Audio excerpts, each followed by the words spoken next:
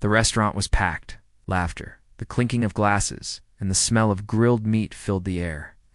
Families were enjoying dinner. Couples held hands across candlelit tables, and waiters rushed from one booth to another with plates full of food. Then the front door opened. He walked in slowly, one hand holding a worn-out cap, the other gripping a walking stick. He wasn't loud. He didn't push his way through. He simply stood near the entrance, eyes scanning the tables for a seat. His jacket looked faded, almost too big for his thin frame. His face had that polite smile waiters wear when they're about to say something unpleasant. His boots were old, but neatly polished. The patch on his sleeve read U.S. Army. Retired. No one looked up at first. Then a young waiter walked over. Her young son tugged at her sleeve. "Mom," he whispered, "that man's a soldier. Look at his jacket." He wore a black coat, expensive watch, and looked like someone important. He had been watching the whole thing. Without a word, he walked toward the door, where the veteran now stood. "Excuse me, sir," he said softly. "We're kind of full tonight. Maybe you could try somewhere else." The old man looked around. "There's an empty booth right there," he said, pointing. He just nodded slowly, placed his cap back on his head, and turned to leave. The waiter hesitated, then leaned in closer. "I'm sorry, but the manager says we can't seat you. House rules." A woman near the front, sitting at a corner table, raised her eyebrows. The veteran stood still. He didn't argue. He didn't shout, but something happened. A man from the back of the restaurant stood up. The room grew quiet. Forks paused mid-air. Conversations died down. Everyone turned to look. The man in the black coat said just one sentence, and it changed everything. The veteran's name was Walter Briggs.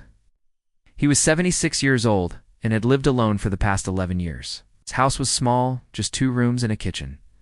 Tucked away at the edge of town where the buses didn't go anymore, he wasn't rich. His income came from a small military pension and some social support. But Walter didn't complain. He had seen worse, much worse. He had been deployed 3 times, seen the front lines, and carried wounded soldiers out of burning vehicles with bullets flying overhead. He cleaned cages, fed the puppies, and fixed leaky pipes. Not for money, just to keep busy, just to feel useful. Sometimes the kids in the neighborhood would wave at him when he walked past. He'd wave back, smile, and keep going. He never talked about it, but the scar on his right forearm and the limp in his leg said enough. Years ago, Walter served as a combat medic in the U.S. Army. Walter had saved lives, dozens, maybe more, but no one remembered that now. Most days he spent time volunteering at the local animal shelter. But inside, there was always a quiet sadness, like a weight that never left his shoulders. Today had been special for Walter. It was his wife's birthday. To them, he was just another old man in worn-out clothes. Someone who might make the place look bad. She had passed away 8 years ago, but every year, on this day, Walter would go to the same restaurant, the place they used to visit together. He would order her favorite meal, just sit there, across from the empty seat, and remember her laugh. So that's all he wanted tonight. Just a quiet meal. A small way to keep her memory alive. But the restaurant had changed. A man who risked his life so people like you and me could eat in peace. Even the kitchen staff peeked out from behind the swinging doors. New staff, new rules, new faces who didn't recognize him. That's why the waiter asked him to leave, not out of hate, just ignorance. But someone else in that restaurant knew better. The man in the black coat had walked over. He stood tall, with sharp eyes and a calm face. He looked like he didn't speak often, but when he did, people listened. Walter paused as he turned back, surprised by the man's voice behind him. The man didn't introduce himself. He didn't raise his voice, but he looked straight at the waiter and said, "No more laughter." Just the uncomfortable sound of people realizing they had judged too quickly. "Do you know who this man is?" The waiter blinked, caught off guard. No, sir. Just came in." But the manager said. The man cut him off. "You turned away a decorated war veteran?" People were listening now. Customers had put down their forks. A young couple leaned forward. The man stepped aside and looked at Walter. "Sir?" He said, "It would be an honor if you'd join me for dinner." Walter was stunned. He hadn't expected kindness. Not tonight. He nodded slowly. "Thank you. But I don't want to cause a scene." "You didn't," the man replied. "They did." The waiter stood frozen. He didn't know what to say, but the damage had already been done. As Walter took a seat at the man's table, the room stayed quiet, and somewhere in the back of the restaurant, the manager was watching, and he didn't look happy. Before tonight's incident, Walter Briggs lived a life no one really noticed. Each morning, he rose early, even though he had nowhere to be. The habit came from his army days, where sleeping in meant risking lives, and a younger version of himself holding a newborn baby in a blanket. That baby, their only son, had passed away years ago in a car accident, another scar Walter carried silently. Even now, long after the battlefield was behind him, his internal clock rang like a silent alarm at 5 a.m. His small house held stories only he remembered. Faded photographs lined the shelves, his wife in her wedding dress, his army buddies standing tall beside a dusty tank. He kept things simple: a black coffee in the morning, a walk to the park, and hours at the animal shelter. The workers there called him Mr. Walt and treated him kindly. They didn't know his past, but they respected how he treated the animals. Gentle, patient, and always with a soft voice. Twice a week he went to the cemetery. One grave, two names. Lillian Briggs was carved into the marble with flowers that Walter replaced every week. That was his battlefield now. One meal, once a year, where he fought to keep her memory alive. Below her name, the stone had already been engraved with Walter Briggs, beloved husband and hero, with only the year of death left blank. He had learned long ago that peace was better than pity. Walter had asked for it that way. He didn't want to fuss when he was gone. Teens laughed when he limped by. Some avoided eye contact. Shopkeepers gave short replies when he asked simple questions. And in places like that restaurant, the world seemed to say, "You don't belong anymore," and bring an extra piece of pie. It's a celebration. His life wasn't full of noise anymore. No one called him much. No one dropped by. But Walter didn't complain. "I overheard. Today's your wife's birthday, right?" What hurt him most wasn't being alone. It was being forgotten. He remembered the smell of gunpowder, the weight of a wounded man over his shoulders, and the prayer he whispered every night. Let tomorrow be quieter. People walked past him every day without seeing him. But Walter never let bitterness grow. His heart had been through war, loss, and silence. Yet somehow it stayed soft. Just two men who had seen more than they could ever explain. He remembered every soldier he treated, even the ones he couldn't save. And now, after all that, he had only one tradition left that truly mattered to him. Dinner on his late wife's birthday. A young boy gave Walter a thumbs up as he walked past with his family. And tonight, even that had been taken away, until a stranger stood up for him. Now, seated across from that man in the black coat, Walter felt something he hadn't felt in years. Seen.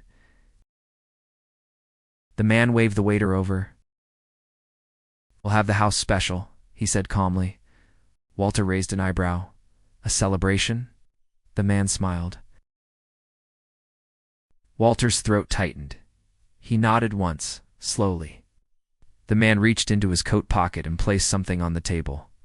It was a small silver star pin, the kind only awarded to those who had saved lives under fire. "I serve too," he said quietly. Walter stared at the pin, then looked into the man's eyes. For a moment no words were needed. The waiter returned, looking nervous, and served the food with shaking hands. Other customers had begun whispering now. Some were taking out phones. One woman wiped her eyes. Walter gave a small, tired smile. But in the back of the room, the manager wasn't smiling. And when he picked up his phone and walked into the kitchen, something was about to happen. The kitchen door swung shut behind the manager, and the soft buzz of the dining room returned. Clinking plates, low whispers, and the hum of conversations that were no longer just about food. Walter could feel it. The room had changed. He wasn't used to being the center of attention. In the military, he was trained to work from the shadows, to help others not be noticed. Now, people were looking, some with guilt, others with respect. But all eyes were quietly drawn to the table where he sat with the man in the black coat. His jaw was tight, and he walked fast, not to serve, but to take control. The stranger's name was Daniel Ross, and as Walter learned in their quiet conversation, he had served 2 tours in Afghanistan. Special operations. A serious man, Daniel spoke carefully with purpose. No wasted words, no big gestures, just a steady voice like someone who had seen both honor and horror. But before Walter could ask more, the kitchen door opened again. The manager returned, no longer holding his phone. He came straight to their table. "I need to speak with you," he said sharply, looking at Daniel, not Walter. Daniel raised an eyebrow. "Is there a problem?" The manager's tone was cold. "This situation is becoming a distraction for my guests. I'd like to handle it quietly." "Handle what?" Daniel asked. The manager leaned closer. "I'm asking you to finish your meal and leave. Together, I think it's best if you both left. The atmosphere tonight is tense. Some guests are uncomfortable." Walter's fork paused midair. "I'm sorry."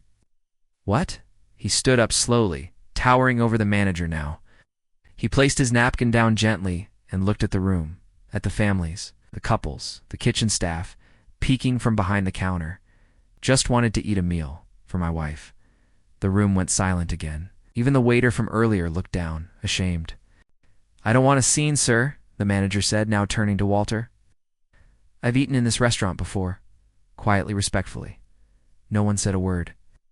But the moment you humiliate a veteran and someone stands up, now you have a problem.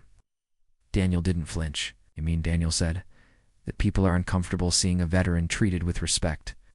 "That's not what I—" A group of firefighters who had just come in for dinner. Even the busboy in the corner took off his apron and walked out.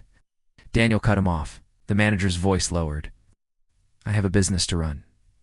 Daniel nodded. "Aren't you just made a business decision you're going to regret?"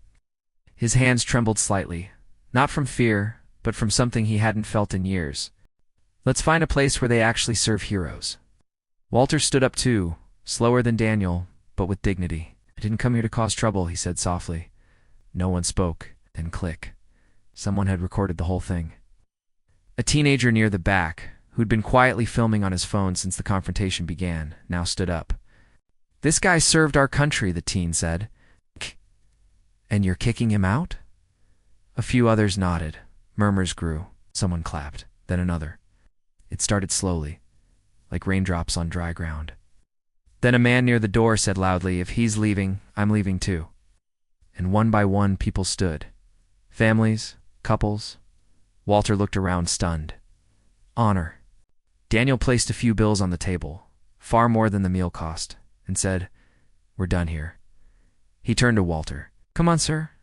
They walked out together, through the glass doors. The manager stood alone now, surrounded by empty tables, full plates going cold, and the sound of his own silence. But he had no idea what was coming next, because that video, it was already online, and spreading fast. By the next morning, the video had already hit 200,000 views. People weren't just watching, they were angry. The clip showed everything. The waiter turning Walter away. Now the manager asking him to leave, and Daniel Ross calmly standing up for him. It ended with dozens of customers walking out in silent protest, one by one. The caption on the video read, "Restaurant kicks out elderly veteran. Watch what the crowd does next." It spread like wildfire. Shared on Facebook, reposted on TikTok, uploaded to veteran forums, and retweeted by military support pages. Hashtags like #HonorOurHeroes and #VeteranRespect were trending by noon. Local news channels picked it up, then the national ones. And with that, Walter's quiet world changed. At home, Walter sat in his old recliner, holding a cup of tea that had long gone cold. He watched the news with a blank face. His name was being said across the screen, but it didn't feel real. A reporter was outside the restaurant, now taped off with signs that read, "Closed for investigation." Another clip showed Daniel Ross standing at a press conference, speaking with quiet fire. He wasn't the one who made the decision that night, but now he was facing the fallout. "Talk about patriotism every day," he said. "But if we can't respect the men and women who risked their lives for this country, then what does that word even mean?" Walter turned off the TV. It was too much. Meanwhile, the restaurant's owner, a man named Gregory Pike, had flown in from another state after seeing the video. Sponsors pulled out. Delivery apps delisted the restaurant. Customers left thousands of angry reviews online. Gregory sat in his office reading the comments, "Never eating here again." Reporters, veterans, kids holding signs that said "Thank you, Mr. Briggs." Some offered money, others brought food. One man dropped off a handmade wooden flag with Walter's name carved into the back. "My father was a veteran. Shame on you." Heroes should be honored, not humiliated. His restaurant, once known for fine dining and long waiting lists, had become a symbol of national shame. He just wanted that quiet meal for his wife, like he did every year. And in the middle of it all was Walter. Walter didn't ask for any of this. He didn't want fame. He didn't want apologies. Walter's name would be called. He would be given a special medal for his service. But now, people were showing up at his house. It was overwhelming. He didn't know what to say. So he said nothing. Then, that night, Daniel Ross came by. He parked his black truck outside and stepped up to the porch, holding a brown envelope. But now the whole country's watching. "What if they forget again after this? Sorry to show up like this," Daniel said. "Just wanted you to have this." Walter opened the envelope and found a letter from the governor. A personal invitation to a statewide ceremony honoring veterans next month. Walter stared at it for a long time. Then his voice cracked. "I didn't do anything special." Daniel shook his head. "You did more than most, and you did it quietly. That's what makes it special." Walter lowered the envelope. Daniel sat beside him on the porch. "Maybe they will," he said, "but not today, not tomorrow." Walter looked out at the sunset, the colors burning low across the sky. Still, somewhere deep inside, a doubt remained. Because not everyone was happy. Not everyone had walked out of that restaurant. And someone with a grudge, was still out there, watching, waiting, and they were about to make things personal. 2 days after the video went viral, Walter thought things were finally calming down. The cameras had left his street. Reporters had stopped knocking. Even the stream of visitors bringing food and flags had slowed. His house was quiet again, almost peaceful. But it wouldn't last. That morning, a plain white envelope appeared in his mailbox. No stamp, no return address. Just his name, written in messy black ink. Walter Briggs. Walter sat on his porch and opened it slowly. Inside was a single printed sheet. "You didn't earn this respect. You got lucky. Keep quiet, or we'll remind everyone who you really are." There was no name, no signature, just those sharp, hateful words. Walter stared at the paper, his hand shaking. Not from fear, but from something deeper. Shame, confusion, a cold wind of doubt. Who would send this? He folded the letter slowly and looked around. The street was quiet. But for the first time, he didn't feel safe. They'd been talking about Walter and the noise surrounding the restaurant scandal. Meanwhile, across town, Daniel Ross was finishing up a call with a friend in the Army Reserves. Veterans don't usually get this much attention, not unless there's a catch. "I've got a bad feeling," Daniel said. "Too many eyes on him. Not all are kind." His friend agreed. Daniel didn't wait. He jumped in his truck and headed straight to Walter's home. Walter was sitting beside it, eyes low, like a man reliving an old battle. When he arrived, he saw the envelope on the porch table. "You all right, sir?" Daniel asked, stepping up. Walter looked up slowly and handed him the note. Daniel read it once. Then again, his jaw tightened. "Do you have any enemies?" he asked. "I was a medic. I didn't make enemies. I saved lives." Walter shook his head. Daniel looked around. "Who else knows where you live?" Her smile always gave him strength. But tonight, even that felt distant. Walter sighed. "Probably everyone now. Ever since that video, the place was still closed. Curtains drawn, phone ringing nonstop with angry messages. His business was dying and he blamed one man for all of it." Daniel stood quiet for a moment. Then he pulled out his phone. "Stay inside tonight," he said. "One old man," he muttered. "One stupid, washed-up soldier. I'm going to find out who sent this." Walter didn't argue. Something in Daniel's voice told him this wasn't just about a mean letter. This was personal. That night, as rain fell against the roof, Walter sat in his living room staring at the old photo of his wife. And while he sat there in silence, across town, someone else was making a move. The restaurant manager, Mr. Bradley, was back in his office. Walter Briggs. Bradley poured a drink with shaking hands. He replayed the video over and over on his computer, each time getting more bitter. Then he opened a drawer and pulled out his phone, the burner phone, the one he had used to send that letter. He looked at the contact saved as anonymous and typed one message. It came from a private server linked to someone in town. Someone tied to the restaurant. The old man needs to be reminded. Again, something louder this time. He hit send. Seconds later, the reply came in. Understood. Tomorrow night, back at Walter's house. He was finally drifting off in his chair when a loud knock echoed through the front door. Bang, bang, bang.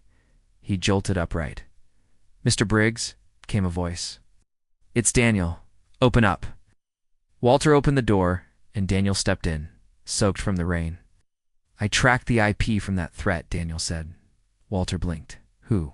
Daniel didn't answer right away. Instead, he reached into his pocket and pulled out a printed photo.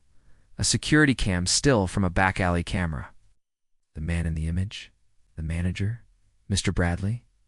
Daniel's voice dropped. "He's not done yet." Walter swallowed hard. Outside, thunder rolled in. Inside, they prepared for what was coming. The next day began like any other. A soft breeze. Wet sidewalks. Quiet skies. But Walter didn't sleep that night. He sat near his front door, watching the window. Daniel had stayed, just in case. The two of them took turns resting while the other kept watch. Something was coming. At 10:46 a.m., a black SUV pulled into Walter's neighborhood, windows tinted. No license plate on the front. "That's not someone dropping off flowers," he muttered. Daniel watched from the hallway, eyes locked onto the vehicle. Then it turned the corner and vanished down a side street. Walter stood quietly behind him, gripping his walking cane just a little tighter. The SUV didn't stop in front of the house. It kept rolling, slow, too slow. Daniel stepped outside, scanning the road, but the SUV was gone. "We're being watched," he said. Fear was crawling through smoke to save a boy whose legs were gone. This is just noise." Walter nodded. "They want to scare me." Daniel looked at him. "But they don't know you've seen real fear." Walter gave a tired smile, but Daniel knew better. When hate mixes with desperation, it becomes dangerous. That afternoon, Daniel made some calls. Former contacts from the Army, friends in cybersecurity, and one local reporter who had been following the story. By 6 p.m., Daniel had what he needed. He walked into the living room and dropped a small folder on Walter's table. "Bradley isn't just a bitter manager," he said. "His name's Clint, former dishwasher at the restaurant. Fired 2 weeks before the viral video. Real angry guy. They used him to do the dirty work. Letter threats, maybe worse. He's been involved in shady stuff for years. Mistreating employees, tax issues, even illegal surveillance of customers. He's been paying off someone to scrub it all." Walter leaned forward. "Why come after me then?" Daniel replied, "Because you embarrassed him? In front of the world." Daniel opened the folder to a printed screenshot of Bradley's burner phone messages. "We found the guy he hired to send those threats." Walter looked at the photo. "So what now?" Daniel's eyes narrowed. "We let them walk into their own trap." That evening, Daniel contacted the reporter, Tessa Lane, from Channel 5. She agreed to meet outside Walter S.'s house, off the record. Even security footage showing Bradley tossing the letter into Walter's mailbox, himself at 3:12 a.m. As she listened to everything, her jaw dropped. "You have proof?" she asked. Daniel nodded, every word. Tessa didn't hesitate.